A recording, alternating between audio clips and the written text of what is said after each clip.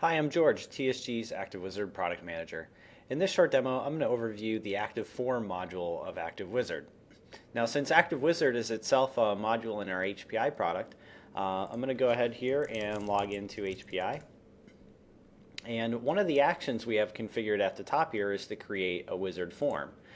So that's going to give me the possible form templates that I can choose from in the system. So for this case, I'm just going to choose our simple CR form template and go ahead and create the form.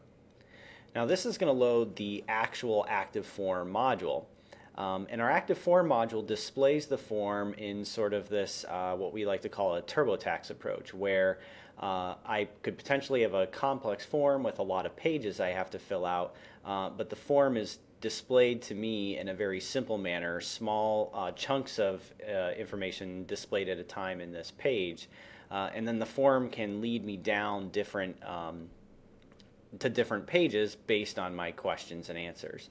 But just in general, we have lots of different question types in the form itself, so I can choose from radio buttons and drop downs, and as you'll see, other types as well.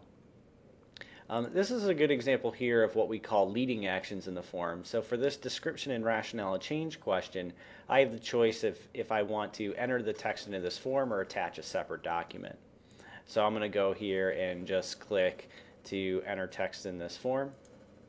And here it gives me some free-form text areas where I can put in my description and rationale. But let's say I want to attach a separate document. I can change this, and we'll see that this page over here, when I click next, changes to a different page where I can then attach my document.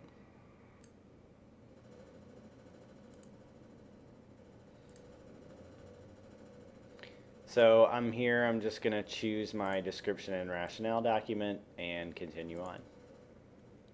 Here's an example where I'm choosing users for the form, and I'm going to go ahead and just pick one, and we'll actually look at this in the active workflow demo, which is next. So now on this page is where we see an overview of all of the user's questions and answers to the form. So I can click on any page link and make a change. Like, let's say I say end of November, and when I go back to the summary, I can see my change has been made. So now I'm going to finish. This is going to process the workflow rules, which we'll talk about in the active workflow demo. I'm going to go ahead and just finish this, which uploads my document, and then takes me back to the HPI stage where I see a PDF rendition of the form. So here's my form document.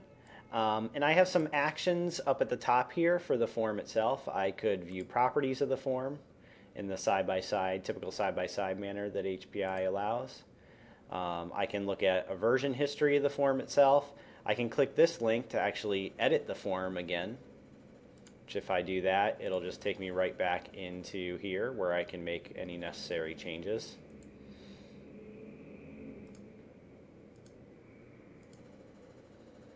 And I'll go ahead and finish, which will create a new PDF rendition and take me back into the stage. Showing this view versions, I can then see the versions that have been created, and I can even side-by-side view the two versions together.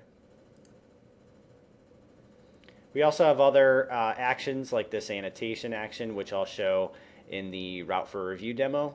And we have other actions down here related to workflow, which we'll talk about in future demos as well.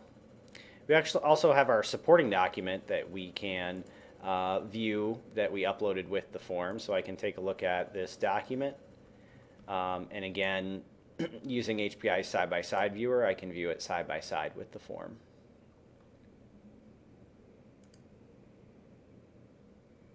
Well, that's it for this demo. In the next demo, the active workflow demo, we're going to show how approvers and reviewers are selected by the form. That's it for this demo, though. Thanks for watching. For more information, check out our website at tsgrp.com. Thanks.